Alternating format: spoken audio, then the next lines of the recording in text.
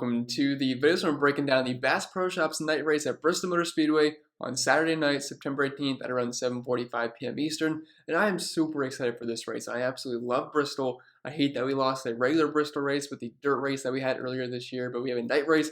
Bristol is the playoffs. I could not be more excited. And if you do find this video helpful in any way possible, please leave a like, subscribe to the channel if you haven't yet already. If you want to take that one step further, become an official member over on Patreon. Join the few hundred of us over there in the Discord community. Link is down below in the description for that. But lots of extra content over there. I'm also covering NFL now, so if you want to check that out, we have multiple sports going on. The best times to sign up, but I think you will find the content enjoyable over there, and the people are absolutely awesome. And last but not least, this video is sponsored by PrizePicks. I'm sure most of you know what it is by now, but if you don't, it's Daily Fantasy Sports Simplified. And as of right now, I'm actually offering PrizePicks projections and some of my favorite plays in the article each and every single week. So if you want to check it out and have some fun over there, if you're a new signee, you can get a free money bonus up to $100. It's an instant deposit match when you use code CPEN and tell them I sent you. But I think it's it for the plugs for the most part, so without further ado, dive into the preview of this week's race. As per usual, I do need to mention a few things before we get started. So first off, the live stream this weekend. The race is similar to last week in terms of starting time, so I'm thinking either 5 or 6 p.m. Eastern for the live stream. I'll let you guys know, but just plan around being around that time. And if you want to join the DraftKings contest that I host each and every single week, just comment your DQs down below. I'm more than happy to send you that invite. The first 100 people that do so will be able to get you in, compete for some money, prizes, and just fun way for me to interact with you guys. Shout out the winners from last week, so I'll throw them on the screen right about now. Coming in first place, taking home the gold and over $130. We had Spiral 21, the Icon 3 in second, then Vaz P 421 in third, rounding out the people on the podium. Then right in the bubble, we had Barbecue King in fourth, tied with Steel 3342. J Stone UK in sixth, Union 513 in seventh, as MC Sub and R Jewel 7. Then rounding out the top 10, we have yours truly, CPEN 16, Samuel's Dad 51, and J Frost 757, all tying for 10th place. So shout out to everybody. You all had fantastic lineups this week, and hopefully we can do it once again. But anyway, as previously mentioned, this is the Bass Pro Shops night race at Bristol Motor Speedway. There's your outline of the track. There's a very small oval. It's a short, steep track, about half a mile in length, give or take. And we have 500 laps. Yes, 500 laps, by far the most we've had all season long, which means dominator points are going to be the most important thing of this race. If you do not have the right dominators, you will not cash. It's as simple as that. You got to have the right doms. So we have 350 available dominator points to us, which means there's a lot of points to go around. We're going to see multi-dominators, voting lineups with at least 2 dominators. You are doing it wrong here at Bristol, and things can get a bit chaotic here. This is not a boring track by any means. I think it'll be very entertaining if you're watching this race just from a fan perspective, but it should also be pretty fun from a DFS perspective as well. If you're looking for similar tracks to Bristol, I would say Dover's about as close as you can get. They're both concrete surfaces, and they're both kind of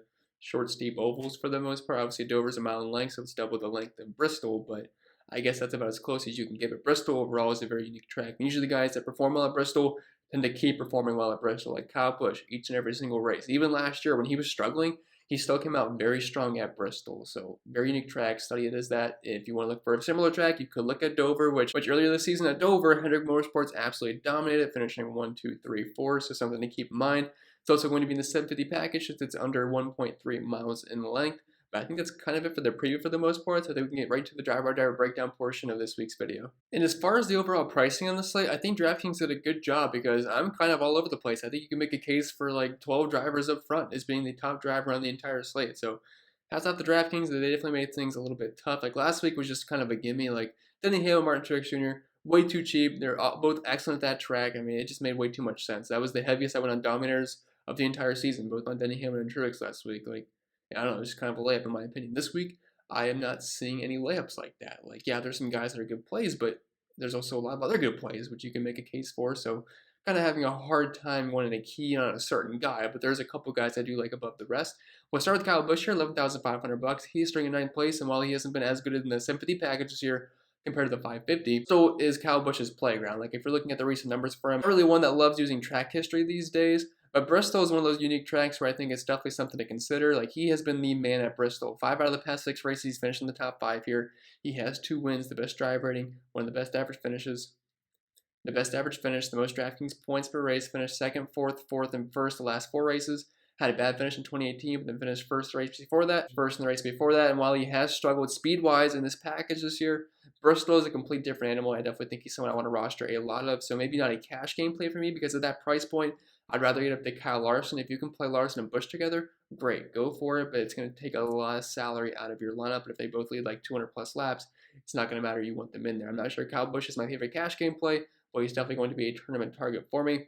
Dropping out of Kyle Larson, 11,300 bucks. He is starting in 5th, and I think he's going to be your top cash game dominator for this race. He's very, very good at Bristol. He's been good here in the 42 car. Now he's in the 5 car. I definitely think the sky's the limit here. He's averaging the 3rd most laps led per race and the most fast laps. If you're looking at his recent finishes, obviously nothing from last season. Finished 6th, 19th, 2nd, and 7th. He's also averaging the 2nd most DraftKings points per race here, and he's been dominant in this package this year. He's been dominant in the 550 package. He's been good just about everywhere. So Kyle Larson being a little bit cheaper than Kyle Busch, starting in 5th place, easier path to him getting up front and dominating.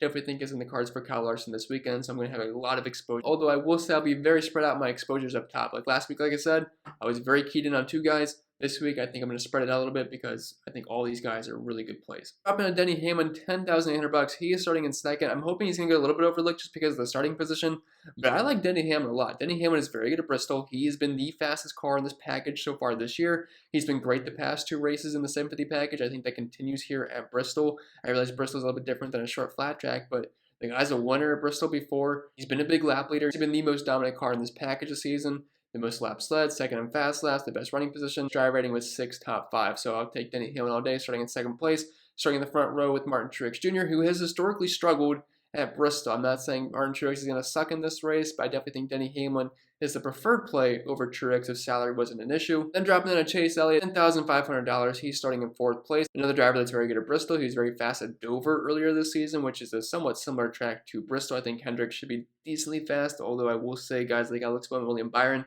they definitely kind of fallen behind the 8 ball here in the playoffs. Chase Elliott and Kyle Larson have definitely had a lot of speed. We saw that in last week's race at Richmond, especially Chase Elliott as he got up front, but then he had an issue on pit road. Still ended up getting a pretty solid finish, but it could have even been a better day for Elliott here. But I think at 10,500 bucks, he's a very strong tournament play. I'm not sure how chalky he's going to be because I think most people will try to jam in guys like Kyle Busch, Kyle Larson, Denny Hamlin, but I definitely think Elliott's going to be in play for me in tournaments. Same can be said for Joey Logano, 10,200 bucks starting in 3rd.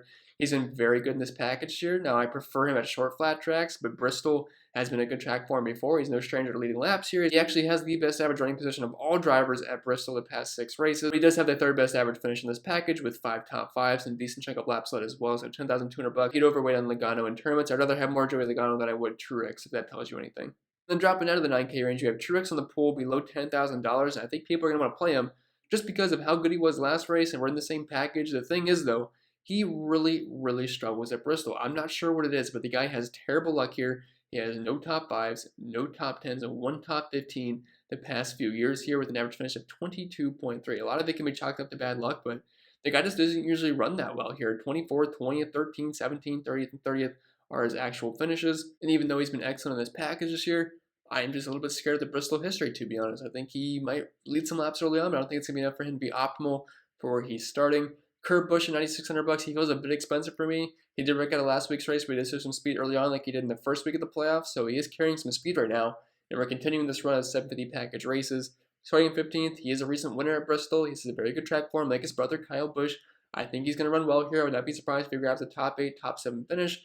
The problem is, though, I don't think he's going to get up front and lead laps, and we're going to need that above $9,000. Like, I would be surprised if any of these guys in the 9K range, if they don't lead laps, are going to be in the optimal lineup unless they pick up a ton of fast laps and finish in like 2nd or 3rd place.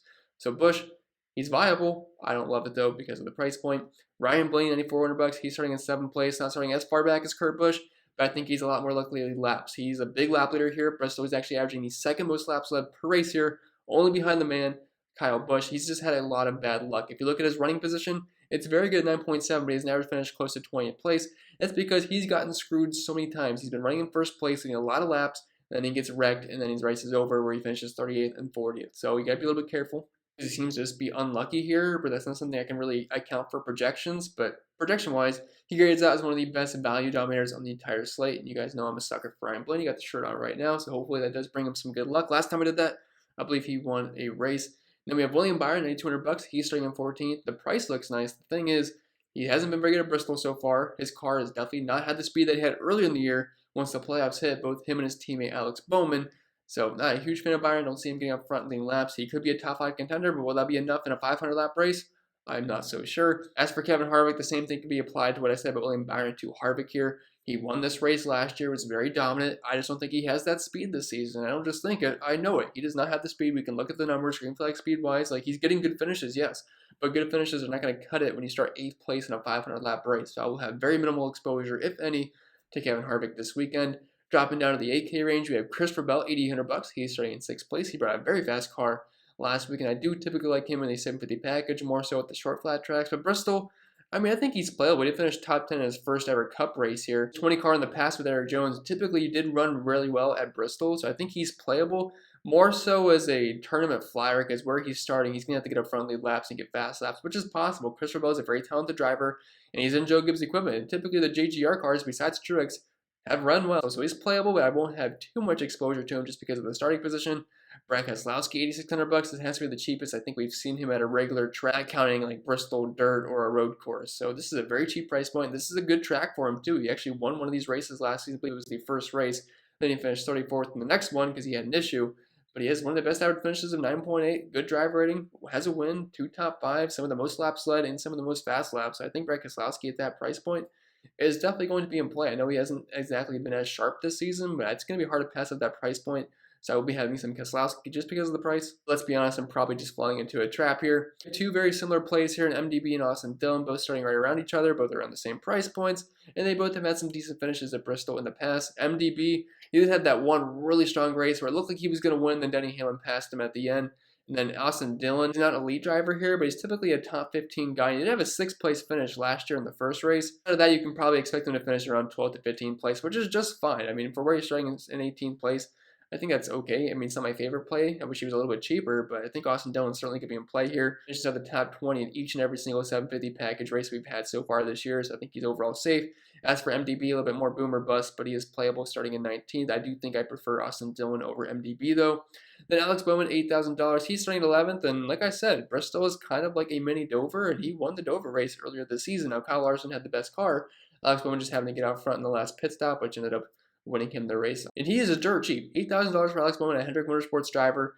I think is going to be a little bit too good to pass up. I wouldn't say he's my favorite play in the slate, but as far as tournaments go, I mean, he could easily grab a top 5 and some fast laps, and that might just be enough at his price point. If he was like $9,500, yeah, I get it. I probably wouldn't be too excited about playing Alex Bowman, but at $8,000, it's kind of hard to pass up. Then dropping down to the 7K range, we have Ross Chastain, who has had a rocket ever since the playoffs started. And I think that continues here at Bristol. This is a good track for him. Xfinity race last year worked out very well for him. I wouldn't look at the Cup Series numbers because he was in junk equipment. Now he's in the 42 car, which with Kyle Larson has ran well here in the past. I think Chastain can easily contend for a top 10. He has had a lot of speed so far. If you look at his numbers in this package so far this season, he has an average finish of 11.2 with a running position of 13.8 and a few top 5s and several top 10s. So I definitely like Chastain a lot in tournaments, hoping he goes overlooked. Tyler Reddick, $7,600. He's starting in 13th. Typically, a guy that can contend for a top 10 each and every single week. The problem is where he starts usually. He did finish 4th here earlier this season, so I'm not going to full fade the guy. But if I'm picking between the two, I will go with Chastain over Reddick, but Reddick is in play for tournaments, but I probably won't have more than 15% exposure to him, if that. Then dropping in above Wallace here, $7,500. He's starting in 28th. He's purely a place differential play for me. I wish he was a little bit cheaper, but he does have finishes of 10th and 14th and 16th here in the past, so I don't hate Bubba. He's in a better car now these days, so starting in 28th, I think he's a viable place differential guy. Eric Almirola, $7,300. He's starting in 12th place. He's been a lot better in this package than he has been in the 550. Bristol, I wouldn't say is his best track, but he did recently finish 5th here in last year's fall race at Bristol. But starting in 12th place, I'm probably not going to have too much interest in Eric Almirola. Ricky Stenhouse Jr., $7,200. Starting in 23rd, I think he's a fine PD play. In the past, he was actually very good at Bristol, but the most recent finishes for him have been very, very bad. 40th, 34th, 33rd, 33rd, 24th, then a 4th place finish back in 2018. Like in the day, Ricky Stenhouse was usually getting really good finishes here at Bristol, but he's had a lot of bad luck recently, and I'm hoping that bad luck keeps his ownership low because I actually think he's a very solid place differential play. His numbers in this package here have actually been quite impressive for a guy like Stenhouse. 8 top 20 finishes, 4 top 15s, 1 top 10 with an average finish of around 16th place. I'll take that all day. I think that makes him viable at $7,200. Ryan Newman, $7,000. He's starting in 24th. He's been kind of so-so in this package this year, although Bristol has been a good track for Newman. Most recent finish was 25th place, but before that, 15th, 11th, 9th, 12th, and 10th. Starting in 24th at $7,000. His price is a little bit more expensive than it has been. It's been kind of hanging around the upper 5K to low 6K range, so this is definitely a price adjustment here, but I do think it's deserved because he does have top 15 upside here. I'll probably have a little bit of Newman, but I'd rather play Stenhouse over Ryan this weekend. Cole Custer, $6,900. I usually don't play too much Cole Custer, but the starting position might force me onto him a little bit just because I don't want to play 100% of Ricky Stenhouse or Ryan Newman, so I'm going to have to differentiate down here a little bit. So I think Cole Custer is one of those guys that you can play a little bit of. Finished 23rd here last year, then 35th, and so far in this package this year, typically around 20th to 23rd place, which is not pretty, but starting in 26th, I guess it could be worse.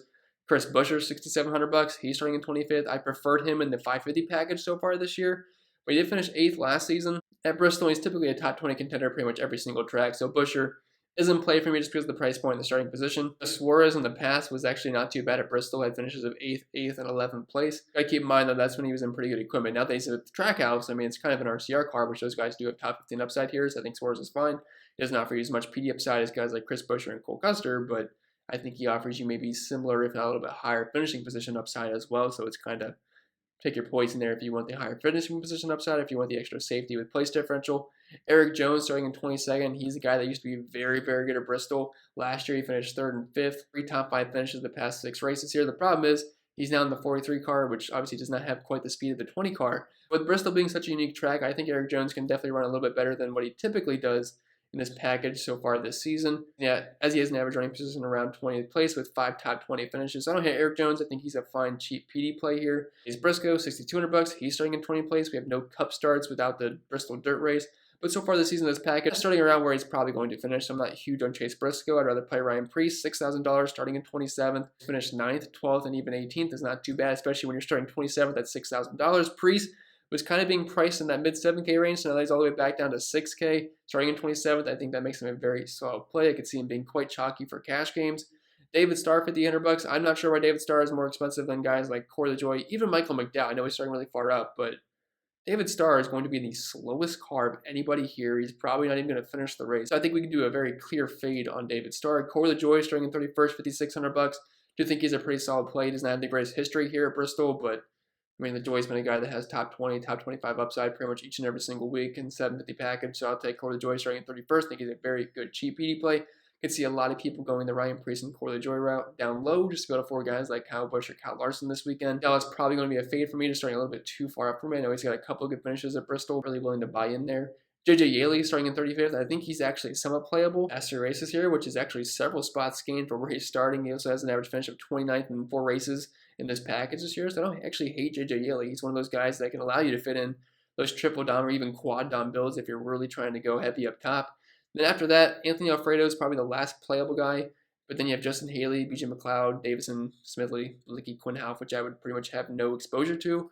Although I will say with Bristol being a bit of a chaotic track, there is a chance where we could see a little mini big one, and all these guys end up gaining like 10 spots, which could make them viable, because if you go the routes of Quinhalf or Garrett Smithley or whatever, and they gain 5 to 10 spots, and you just nail your dominators up top, you can fit in 3 heavy guys, like Kyle Larson, Kyle Busch, Denny Hamlin, or whatever. With that being said, I think that'll be pretty much it for the video. So I hope it was helpful, and if it was, make sure to leave a like, subscribe to the channel if you haven't yet already. If you want to take that one step further, become an official member over on Patreon. Link is down below in the description for that. You get access into my entire spreadsheet, my price pick projections, my articles, Discord community, which is absolutely awesome. I do love everybody in there. Other stuff, including my own personal GP driver exposures. I can be more transparent than that.